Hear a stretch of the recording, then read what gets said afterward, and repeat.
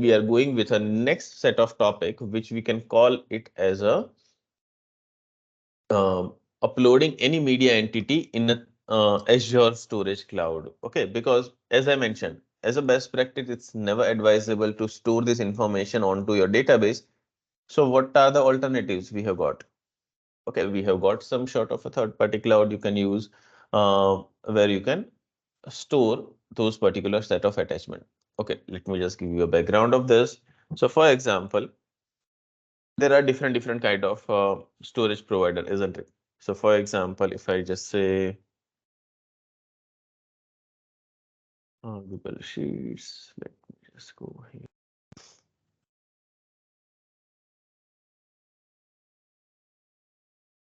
Okay, so there are different kind of a storage provider. In this case, you can provide store any sort of information you would need. Okay, HANA is ideally suggestible to be used in case of some sort of a data or record. In case of some media content, we can go with, let's just say, currently you would be using some sort of a Google Drive, which might have got some API if you would like to upload some attachments over there.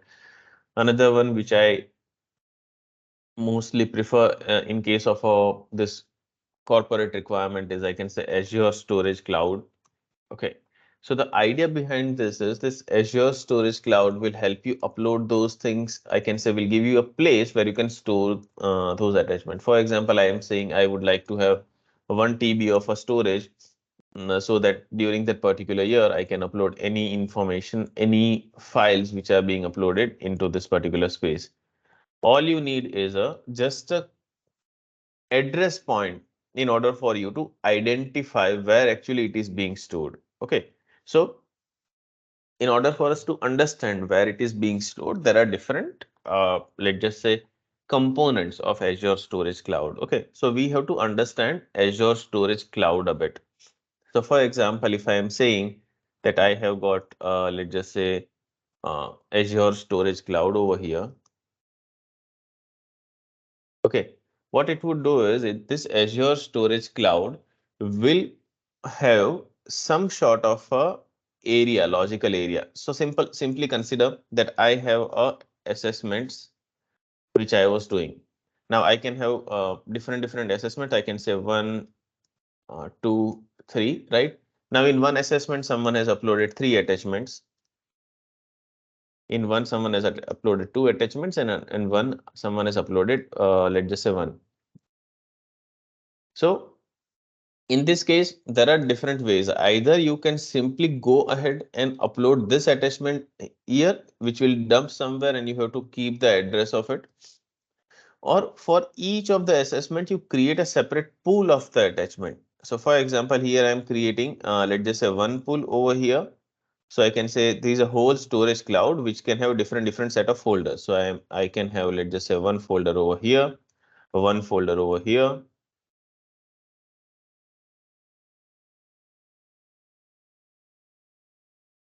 Okay. Likewise, you can have different folders over here where you are planning to upload all the attachment. So this particular folder that we are talking about are termed as a Azure storage containers. So in each container, you can upload different attachment. You can upload n number of attachments. Okay. And these attachments are ideally termed as a blob.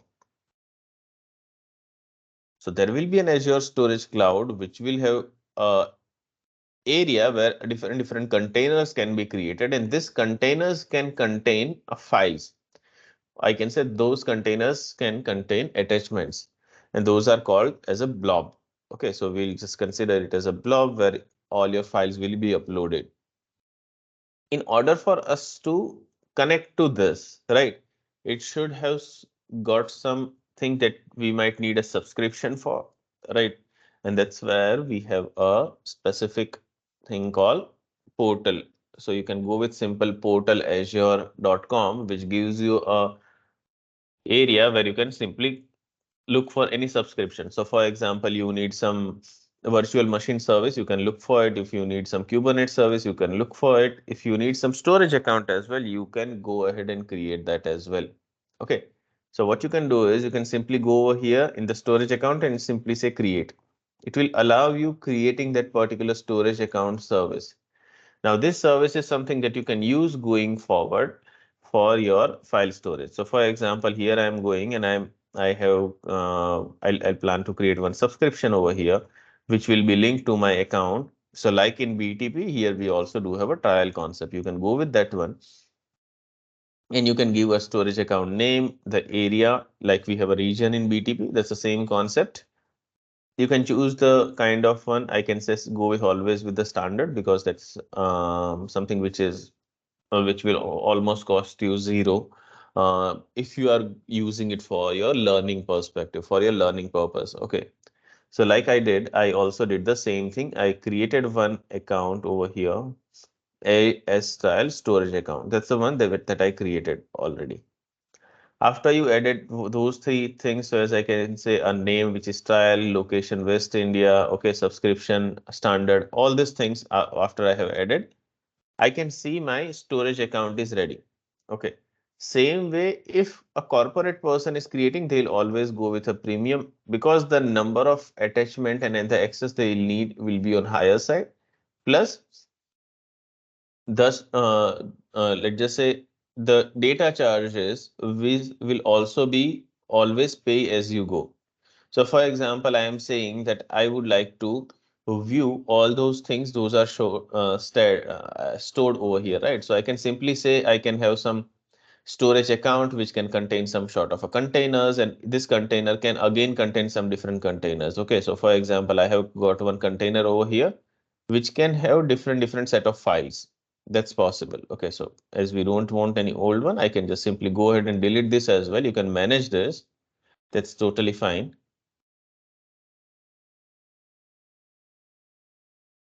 But what ideally would happen is that the moment you are saying you are in a storage account, you can have n number of container. I can create one container. Within a container, I can upload n number of media files. And this particular files that we'll have will be uploaded via SAP system. Okay. Now, in order for me to uniquely identify, so for example, I am saying that this is my assessment number one, which is having 3 attachments. Okay. So what I can consider is that I can have some attachment table, or I can say attachment links table, okay, which will contain the link for that attachment. What I'll contain is, what it will have is, it will have, let's just say, some sort of a attachment ID. Okay, this attachment ID can have some MIME type saying, okay, whether that's a Excel, or let's just say some sort of a PDF or image, or whatever it could be. Okay. Afterwards, rather than containing a regular content of it, it just contains the address for that Azure. So what a Azure address can be comprised of? Azure container ID, because we'll need a container ID for that. Plus, it will also have your Azure file ID, or I can say Azure blob ID, right? Blob is nothing but your file in terms of Azure. So if rather than storing an actual attachment, I can store this one, and this two things over here brings or contains an address using which I can reach out to my file over here, then I'll be able to upload my attachment, but store it in a place which is kind of much cheaper and much easy to maintain compared to that of the HANA database. Okay, that's what we are planning to do. Okay, now the question remains saying, if I am planning to do all this thing, okay, if I am planning to do all this thing, I have to find a way to connect, or I can say communicate from my SAP system to my Azure storage, let's just say account. Yeah, one thing is sure, this Azure storage account will need some containers and we'll need some blob as well. We'll see how we can do that, how we can create that. Okay.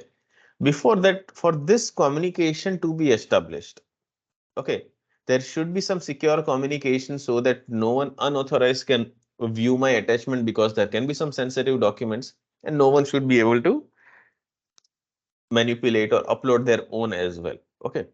So that particular security is given by one concept called SAS, shared access signature.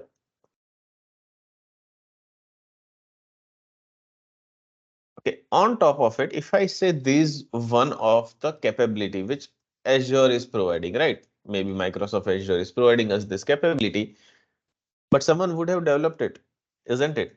So someone would have developed some sort of, let's just say, API, some classes, some methods. They'll say, if you send me this, I'll upload it in my place, whichever you request for.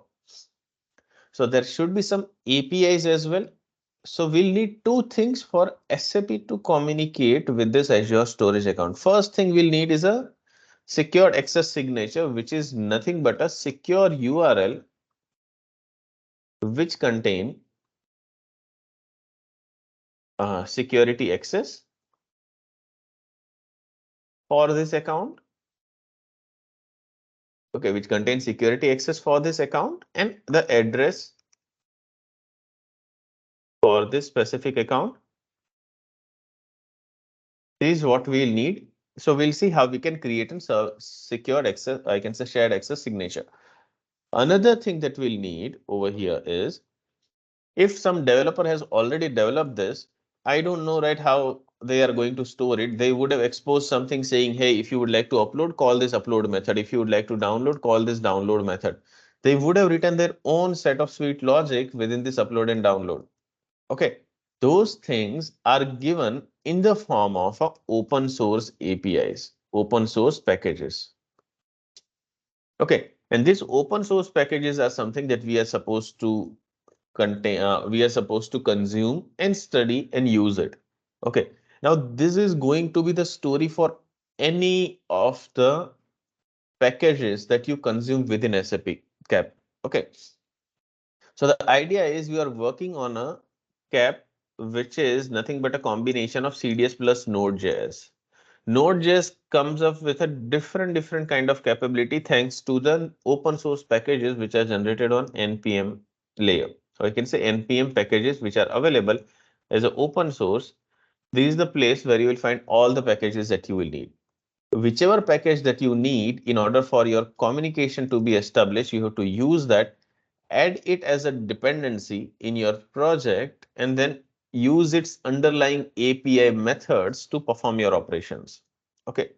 For example, for this Azure storage that we are talking about, there is one, let's just say package. So for example, I'll just simply say Azure storage NPM package. Okay, so it just suggested me Azure Storage blob. As we are going with a blob content, I can say Azure Storage blob. I can simply open this. And as you can see, it says Azure Storage blob library for JavaScript. Okay, it gives me different options. I can simply go over here and it gives me a way where using shared access signature, I can perform some operation, how the authentication can be done. Okay, after doing this, if you would like to upload some sort of a content, you can say how I can create a new container via my code. This is all code based. Okay, via your code, if you would like to perform something that you are doing over here manually, how you can do that. If you would like to view all the containers that has been created till date, how you can do that. If you would like to upload a content, a blob, how you can do that as well. These are given as a kind of a API documentation. So consider you are a developer who is developing something which is going to be reusable. You will expose it as an open source API, plus you will give a documentation saying this is how you can access my API if you would like to. Okay, and there's the same sort of documentation we are also having over here. So this is the one that we are going to consume. Okay, now first thing, step number one. As we can see, we have a step number two, which where we'll need the packages. Okay, we'll consider, I can say some sort of an NPM package, we'll use it. Before that, let's just say this shared access signature we'll need, right? So how we can get that? So if you just go over here, you will find a shared access signature button. Here you will see that, okay, what all things you are supposed to work upon. So for example, I can go with container, but let's just get a broad control. So I'm just getting service and object. Okay, that's not an issue. You can have a blob, file, queue, table. You can work with everything within using this particular container. I would like to create a, let's just say access signature, which may be valid for certain duration. Now, each organization tries to create some sort of a signature which is valid for so and so time duration because of the security constraint. Ideally, organization create it for 6 months, a year, after which they'll revisit the security aspects of it. Okay, what we'll do is rather we'll create it, let's just say for a month. I'll just simply say, for example, 24th of Jan, and maybe I am creating this. So in order for me to have this, let's just say up and running, I'll just go by this 00. So that if there are some time differences, I don't get stopped. Okay. After that, you would see that I can go by some sort of all-out protocol. So I go with HTTP and HTTPS because I would like anyway this to get generated. So I'll just simply say whether you would like to generate some key. There are different ways. I'll just generate a basic key because that's what is available in my trial account. I'll just generate SAS and connection string. You will get a set of connection strings like this. These are the things that you will need in order for you to connect to those particular containers as a security. Okay, it has got some specific controls. So you would need this. I'll just simply copy these things and maybe we'll keep it. So going forward, I can use it whenever needed.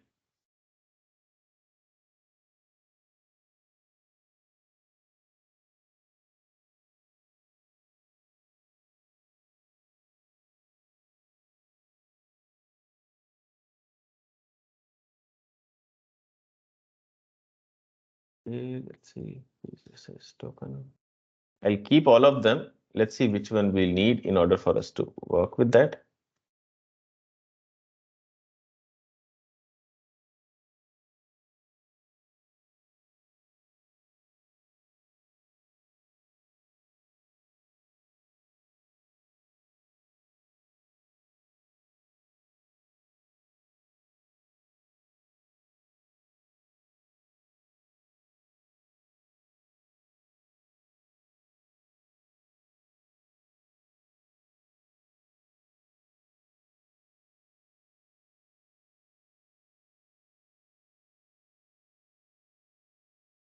Okay, so we have got this.